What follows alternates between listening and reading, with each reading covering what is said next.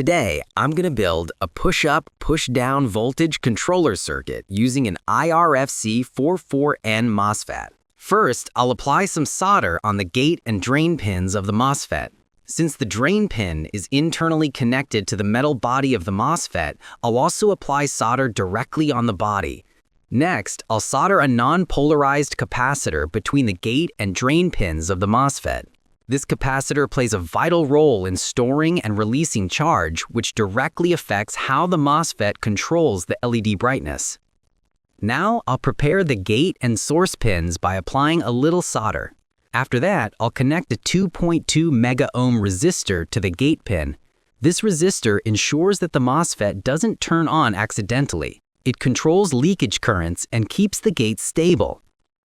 To the source pin of the MOSFET, I'll solder a piece of copper wire. This wire will act as a common ground point for our entire circuit. Moving to the touch control, I'll solder each pin of a touch button across the resistor and the wire connected to the source. Then I'll extend this connection with another piece of wire and add a second touch button, fixing them firmly together with a short bridging wire. One button will be used for increasing the brightness, while the other will be used for decreasing it. Now comes the 12-volt LED. I'll solder its positive wire to the remaining pin of the second touch button, while its negative wire will be connected directly to the drain pin of the MOSFET. This way, the MOSFET can precisely control how much current flows through the LED. Finally, I'll bring in the 12-volt battery. The positive wire of the battery will be soldered to the same point where the LED's positive pin is connected, and the negative wire will be soldered to the source pin of the MOSFET.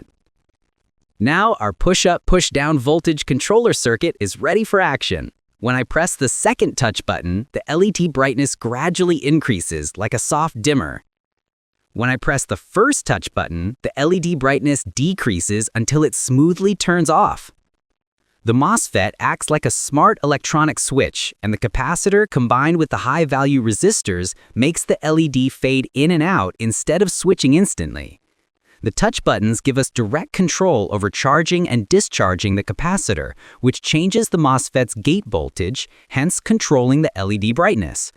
This type of circuit is perfect for making DIY dimmable lights, soft start LEDs, smart lighting controls, or even creative decoration projects where you want smooth transitions instead of harsh on-off switching.